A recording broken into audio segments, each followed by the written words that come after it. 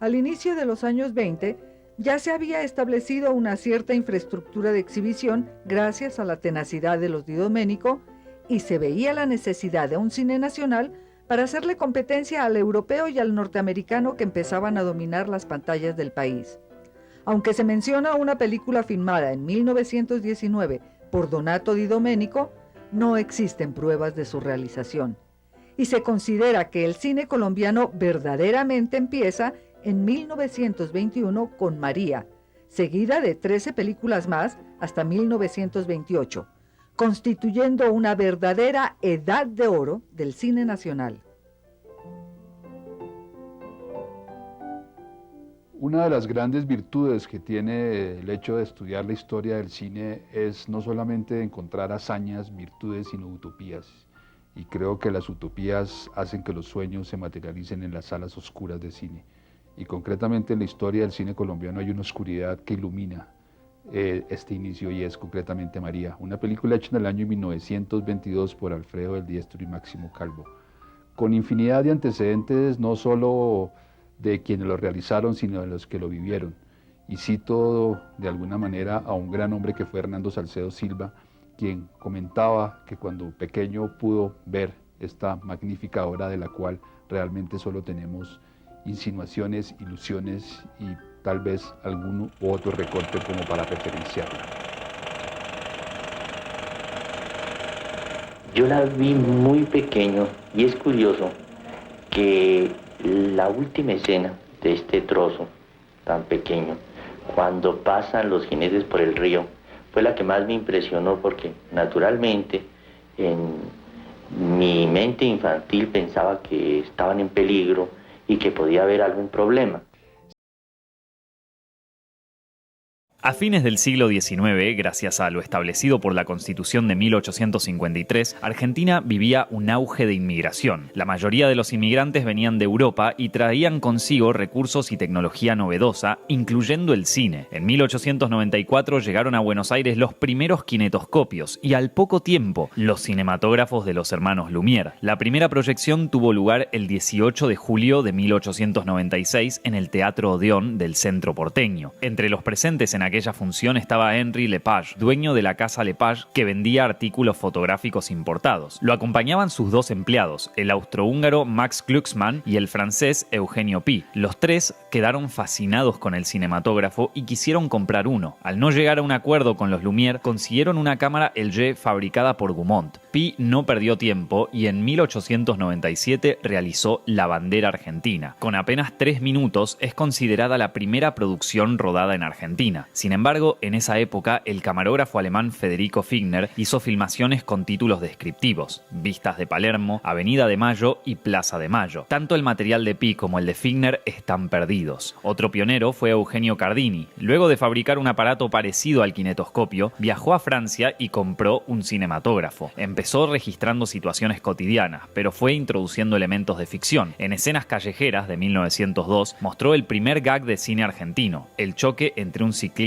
y un farolero. Otro paso importante lo dio Mario Gallo. En 1908 realizó El fusilamiento de Dorrego, el primer film de ficción argentino. Lejos de quedarse ahí, el director fundó una de las primeras compañías, Estudio Cinematográfico Mario Gallo. Pero el salto evolutivo sucedió gracias a Nobleza Gaucha, de 1915. Dirigida por Humberto Cairo, Ernesto Gunche y Eduardo Martínez de la Pera, fue una ambiciosa superproducción que potenciaba la identidad nacional y al mismo tiempo hablaba de la explotación a los trabajadores del campo. Así, también se transformó en el primer gran exponente del cine de denuncia. El éxito comercial de Nobleza Gaucha significó el gran paso para la creación de una industria cinematográfica nacional. En paralelo, surgieron las primeras salas de cine, construidas como auténticos palacios. Además, llegaron más películas que resultaron innovadoras. En 1917, el dibujante y animador italiano Quirino Cristiani estrenó El Apóstol. Se trataba de una sátira del presidente Hipólito Yrigoyen, que además se convirtió en el primer largometraje animado de la historia.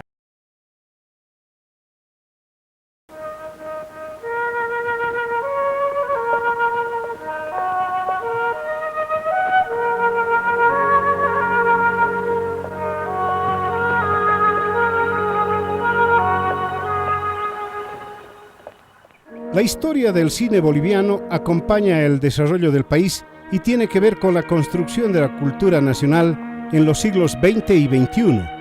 A pesar de sus precarios medios y la exigua producción que comienza en 1904 con una modesta vista denominada Personajes históricos y de actualidad, creadores del talento de José María Velasco Maidana, Arturo Borda o hombres polifacéticos como Arturo Poznański, cineastas de profesión como Pedro Zambarino, de afición como Mario Camacho o fotógrafos como Luis Basoberri, dirigen y producen películas que en algún caso se han convertido en mitos y refieren a temáticas que tienen que ver con nuestras cuestiones esenciales. El pasado prehispánico en Corazón Aymara, la profecía del lago, la gloria de la raza, la conquista en Guaraguara, la conflagración del Chaco en Hacia la Gloria, la campaña del Chaco y la guerra del Chaco, también de esa época. El proceso revolucionario del 52 tuvo una importancia capital para el cine boliviano. El gobierno de la revolución con la creación del Instituto Cinematográfico Boliviano, que fue en realidad un instrumento de propaganda. Hay varios nombres en la historia del cine boliviano, entre los más destacados: Jorge Ruiz, Óscar Soria, Hugo Roncal, Jorge Sanginés, en cuya filmografía está, por ejemplo, Revolución, Ucamau, Yahuarmalcu, Las banderas del amanecer, La nación clandestina, El coraje del pueblo, Para recibir el canto de los pájaros e Insurgentes. Antonio Eguino, que había demostrado su talento en Basta sobre la nacionalización de la Galf, filmó Chuquiago, Amargo Mar y Los Andes no creen en Dios. Paolo Agassi con Mi socio, Los hermanos Cartagena, El atraco y El día que murió el silencio. Están también los nuevos como Marcos Loaiza, Juan Carlos Valdivia o Rodrigo Bellot. Pero hay otros nombres imprescindibles en esta historia como Amalia de Gallardo, Pedro Sus, Carlos Mesa, Luis Espinal, Mario Mercado y otros que contribuyeron a enriquecerla. Inicio del cine brasileño. El cine en Brasil se originó con dos hermanos italianos que estaban ya establecidos en este país. Gente emprendedora que filma acontecimientos políticos, sociales y espacios públicos de Río de Janeiro. A finales del siglo XIX y a comienzos del siglo XX, como Pascual Segreto, a través de la cámara operada por su hermano Alfonso. En la segunda etapa, en la década de 1910, surgen los principales directores de largometrajes, como Francisco Santos, Vittorio Capellaro, Luis de Barros y los cineastas de los ciclos regionales de ciudades como Porto Alegre, Campinas, Belo Horizonte, Cataguases, Recife y otros de menor calibre. La producción alcanza mayor intensidad en las principales ciudades como Río de Janeiro y Sao Paulo. Merecen ser destacados los primeros grandes estudios cinematográficos. Unos 3 años después de que los hermanos Augusto y Louis Lumière dieron a conocer la invención del cinematógrafo en París en 1895, el incipiente entretenimiento de los Lumière llegó a San José, con las proyecciones de aquellas películas en sitios como el Teatro Variedades, el Teatro Moderno y el Salón Internacional del Hotel Costa Rica. Posteriormente, en 1907, el empresario Carlos Poetti comenzó a exhibir sus vistas cinematográficas en varios lugares. A raíz de la industrialización de las cámaras cinematográficas, los primeros equipos llegaron al país. Los adquirieron las personas que han sido consideradas como pioneras de la cinematografía nacional. La producción cinematográfica en Costa Rica comienza en los primeros años del siglo XX, cuando algunas figuras consideradas los pioneros del cine en Costa Rica, como Manuel Gómez Miralles, Walter Bolandi, Amando Céspedes Marín, José María Arce, ya habían adquirido las cámaras que se habían inventado a raíz de la invención del cine de parte de los Lumière, y entonces ya se filmaban las primeras escenas en Costa Rica con los llamados noticieros cinematográficos. Eran escenas de la vida cotidiana en la ciudad de San José, la vida en los parques, la gente caminando por el mercado central, el tranvía y actividades políticas como traspaso de poderes, como en el caso, por ejemplo, del traspaso de poderes de Ricardo Jiménez Oriamuno a don Alfredo González Flores. Las imágenes más antiguas que se conocen del cine costarricense datan del año 1910. Con ocasión del terremoto de Santa Mónica en Cartago el 4 de mayo, el documentalista Gómez Miralles registró con su cámara cinematográfica los efectos del sismo en la vieja metrópoli. En 1930, 3 visionarios personajes se lanzaron a la aventura de realizar el primer largometraje costarricense, El Retorno. Realizan El Retorno como un paso que parecía ser el inicio sistemático de la producción de cine en Costa Rica. Sin embargo, varias razones confluyeron en que eso no fuera así. Por un lado, el hecho de que la película El Retorno fue criticada por sectores de la sociedad josefina de aquel entonces. En una de las escenas del Retorno, a Eugenia, que está en una hamaca, se le ve un poquito para arriba de las rodillas. Pues parece ser que fue muy criticada por eso. Igualmente, José Luis Cardona Cooper, quien hacía el papel del mayordomo en la película, en la historia resulta que el mayordomo se roba unas joyas y todos esos detalles. Pues parece ser que cuando andaba José Luis Cardona Cooper en su vida común y corriente, la gente le gritaba ladrón.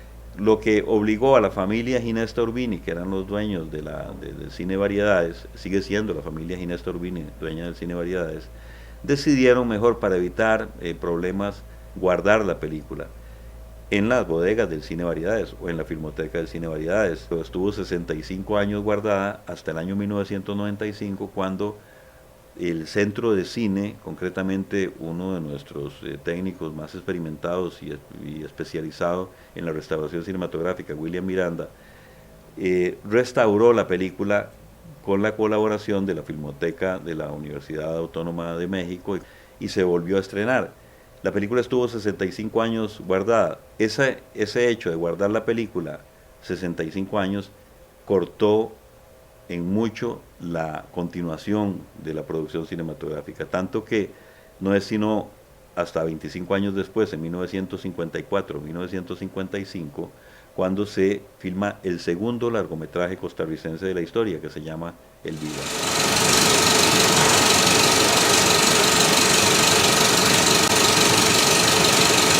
Historia del cine latinoamericano 11, el cine cubano parte 1. Vamos a hablar primero sobre el cine cubano desde los años 30 hasta 1958. El cine cubano entró en el periodo sonoro con bastante retraso. La primera película sonora se rodaría en 1937, la detectivesca La Serpiente Roja, bajo la dirección de Ernesto Caparrós. Entre 1930 y 1958, el cine cubano produjo alrededor de 80 películas, lo cual no es mucho teniendo en cuenta que en los siguientes 20 años se produjo casi el doble. Las películas anteriores a 1958 eran la mayoría melodramas y comedias marcadas por el folclorismo, la música y el teatro popular vernáculo.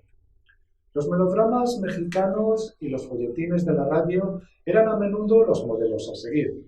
Con México se realizaron varias coproducciones, entre las que destacan 7 muertes a plazo fijo de 1950 y Casta de Roble del 53, las dos dirigidas por Manuel Alonso. En 1951 se creó la Sociedad Cultural Nuestro Tiempo, una institución para la divulgación de la cultura y el arte, de la que formaron parte algunos de los que luego fundarían el Instituto Cubano del Arte e Industria Cinematográficos. El 10 de marzo de 1952, el militar Fulgencio Batista dio un golpe de Estado asentándose en el poder hasta que en 1959 la Revolución Cubana lo derrocara. De esta época cabe destacar la realización en 1954 del cortometraje documental El Mégano, en cuyo equipo se encontraban los primeros cineastas de la Revolución. Su director, Julio García Espinosa, contaría con la ayuda de Tomás Gutiérrez Alea, Alfredo Guevara, Jorge Fraga, Jorge Haidú y José Masí. Se ha dicho que la concepción del cine como un instrumento crítico que subyace en el cortometraje está en las bases de la fundación del Instituto Cubano del Arte e Industria Cinematográficos en 1959. El empresario Francisco de Paola muestra el kinetoscopio en la calle Estado número 171. Se dieron películas como esta. Es decir, muy rápidamente estos nuevos inventos llegaron al país. Mientras, el cinematógrafo llega a la capital en agosto de 1896, apenas 8 meses después de esa histórica exhibición en París, con varias películas de la compañía Lumière, incluyendo quizás la primera comedia del cine, El regador regado.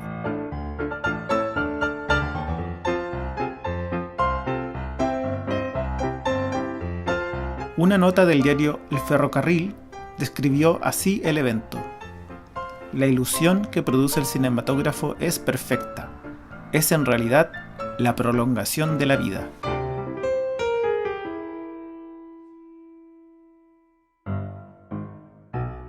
El cine a Chile no solo llegó a Santiago, sino que fueron las ciudades portuarias donde incluso se desarrolló más el gusto por esta novedosa tecnología. Valparaíso, Antofagasta y Iquique fueron puertas de entrada, y en esta última ciudad es donde nace el cine chileno. En mayo de 1897, un fotógrafo llamado Luis Odó logra hacerse de una cámara de Mení y captura 4 escenas de lugares reconocibles de Iquique: una cueca en la playa de Cabancha, una llegada de un tren como la de los Lumière, un partido de fútbol y la compañía de bomberos de la cual formaba parte. Todas se han perdido con el tiempo. De Odó no se supo si hizo más películas. Mostró estas que mencionamos en Santiago, no con mucho éxito, y volvió al norte, donde falleció a los 2 años después. El nuevo siglo solo hizo que el cine creciera en popularidad e importancia. De verse en ferias, carpas y circos, empezó a verse también en teatros, como números adjuntos a obras teatrales. Las imágenes del mundo, de reyes, de presidentes, eran las que más copaban las pantallas. Los camarógrafos viajaban por el mundo para capturarlo. Así, en 1902, llegaron 2 españoles a Valparaíso, de apellidos Pont y Trías. Entre mayo y diciembre filmaron una docena de películas sobre ejercicios de bomberos, vistas de los cerros del puerto, de sus ascensores, etc.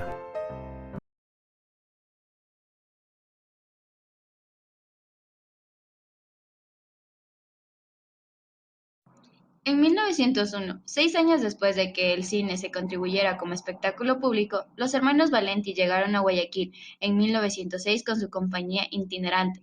En la ciudad filmó y exhibió los primeros registros cinematográficos que se conocen en Ecuador. Del ferrocarril a Ecuador, en Quito, la compañía de Casajuana y Witthauser, ya establecidas en Guayaquil desde el año de 1907, trayendo las películas que allí exhibieron y contratando a músicos locales para que las acompañasen. En 1910, una década después de las proyecciones del mexicano Quirós, Francisco Parras y Eduardo Rivas impulsaron la creación de la primera casa productora y distribuidora del cine ecuatoriano. La primera sala del cine de la ciudad fue Edén. En Quito también va a estar presente el Teatro del Instituto Mejía, las cuales cambiaron las dinámicas sociales. Para 1920, diarios como El Telégrafo dedicaban una sección entre sus páginas Arte y Teatro. Para comentar estos espectáculos cinematográficos, los domingos publicaba información de actualidad de Hollywood, que tomaba de la agencia Associated Press. El 7 de agosto de 1924, bajo la dirección del joven guayaquileño Augusto San Miguel y con la actuación de Evelyn Macías, se estrenó el primer largometraje argumental ecuatoriano, El Tesoro de Atahualpa. Este film sería el primero de la serie de filmaciones de la recién creada empresa Ecuador Film Com. En El Salvador. Según los historiadores del cine, la primera proyección de películas en el país se dio en 1917, cuando se estrenó en el Teatro Principal el film de la erupción del volcán de San Salvador. Para esa época aún no habían salas propiamente dichas, para eso se ocupaban los teatros. En esa época El Salvador contaba con 4 salas de teatro. El Nacional, que estaba en construcción porque se había incendiado a finales del siglo XIX, el Variedades, el Principal y el Colón.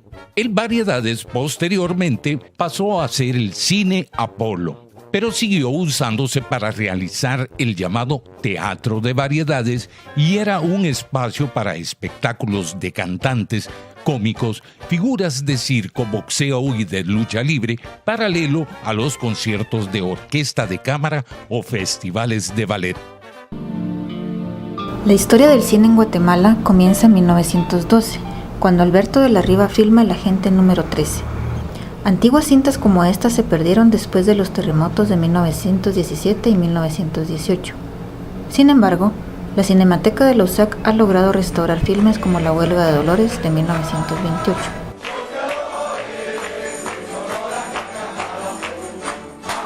Más adelante se llamó La Guatemala de antaño.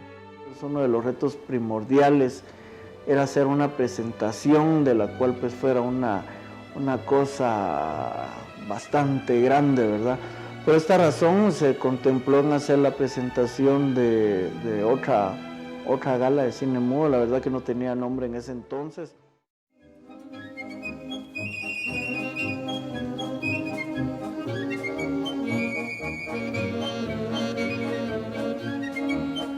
La industria del cine en Haití es muy pobre, weón. No hay un estudio como Marvel, Disney, no hay, weón. Son algunos comediantes, actores con sus equipos de grabaciones. De repente, weón, falta profesionalismo, weón. Se nota que falta profesionalismo, pero, weón, es lo que hay, weón. La mayoría de estos comediantes, actores, están viviendo fuera del país. También la mayoría de los directores, realizadores, están viviendo fuera del país también. Uno puede contar sobre los dedos cuántos directores o realizadores que hay. Por ejemplo, este compadre Bruno Mugal realizó un montón de películas. Por ejemplo, Kidnapping, Haití Mon Amour, Le Nécrologue, un montones más. Por ejemplo, ese trailer Ogu.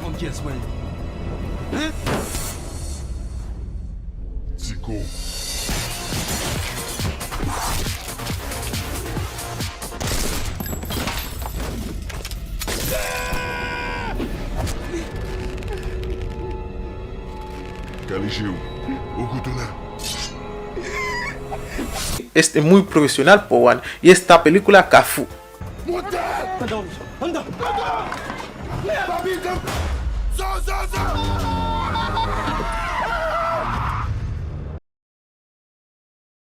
El cine hondureño fue producido y realizado en Honduras desde mediados del siglo XX con medios privados e independientes.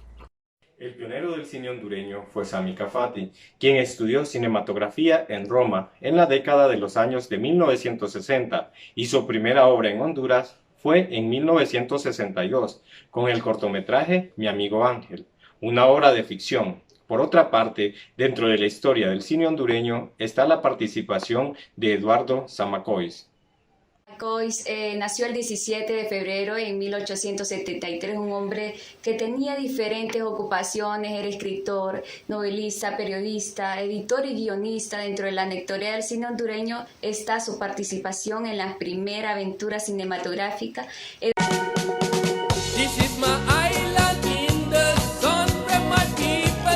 Territorio de los ritos africanos y las leyendas de piratas, del reggae y las extensas plantaciones de azúcar, de los rastafaris y de las playas de aguas transparentes, la isla se abre al viajero como un mundo encantado, de belleza salvaje e insinuante. Su entorno natural y sus gentes no han pasado desapercibidos para los productores de cine. Vamos a recorrer algunos de los lugares más cinematográficos de Jamaica.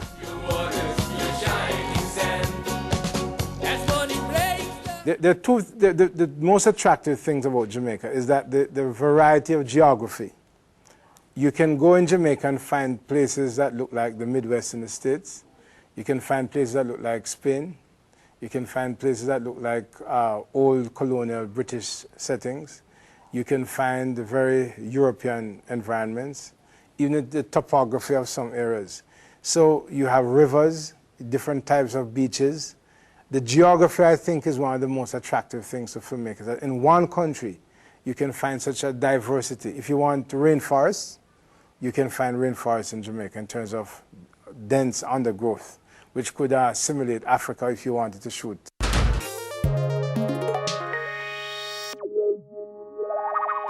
Obviamente no alcanza con un solo episodio para abordar toda la historia cinematográfica de un país. Por eso, la idea de este capítulo es que tengan un pantallazo general de lo que es el cine mexicano y que se inspiren para investigar más sobre sus obras y directores. Dicho esto, espero que disfruten el video.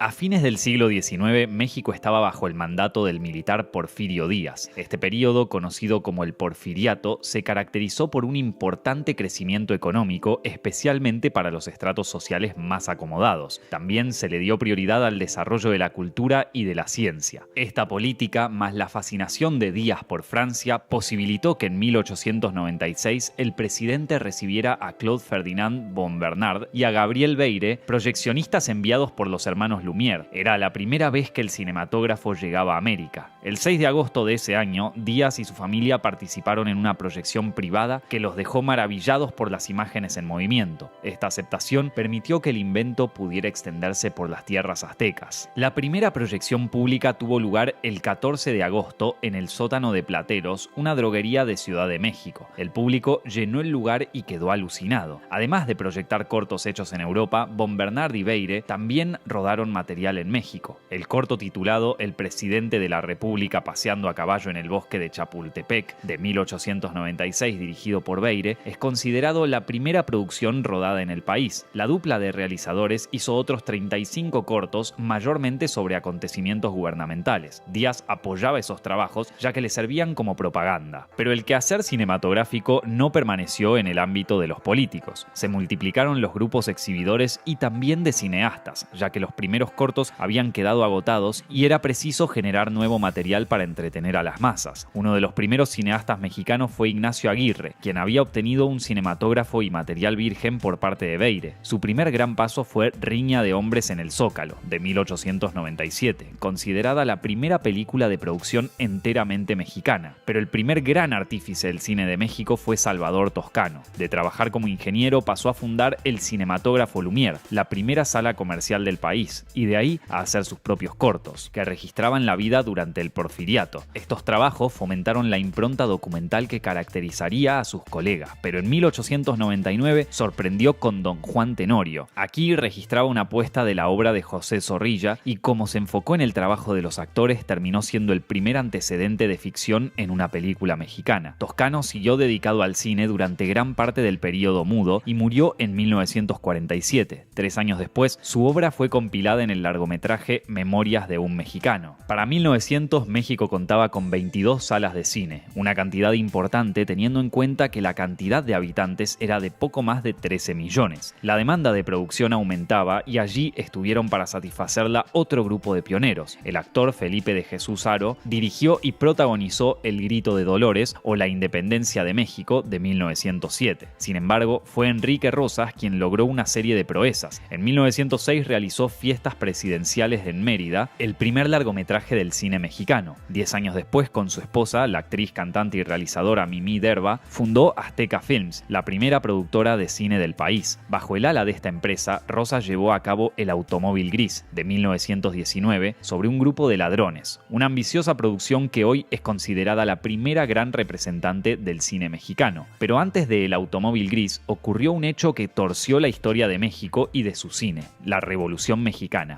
Para 1910, el gobierno de Díaz estaba en crisis debido al descontento de la clase baja, la más explotada y desfavorecida de su gestión, pero se propuso seguir en el poder, lo que provocó el levantamiento de los oprimidos. En ese contexto, Díaz aún contaba con su equipo de cineastas, pero también tenían los suyos los principales referentes de la revolución, como Francisco Madero y Francisco Pancho Villa. De esa manera quedaron registradas las filmaciones de todos los bandos. Nació así la primera cobertura cinematográfica de un gran acontecimiento acontecimiento histórico, que se volvió un antecedente de los noticieros televisivos. Además, aquellas imágenes de la revolución tuvieron una influencia decisiva en el cine de los siguientes años.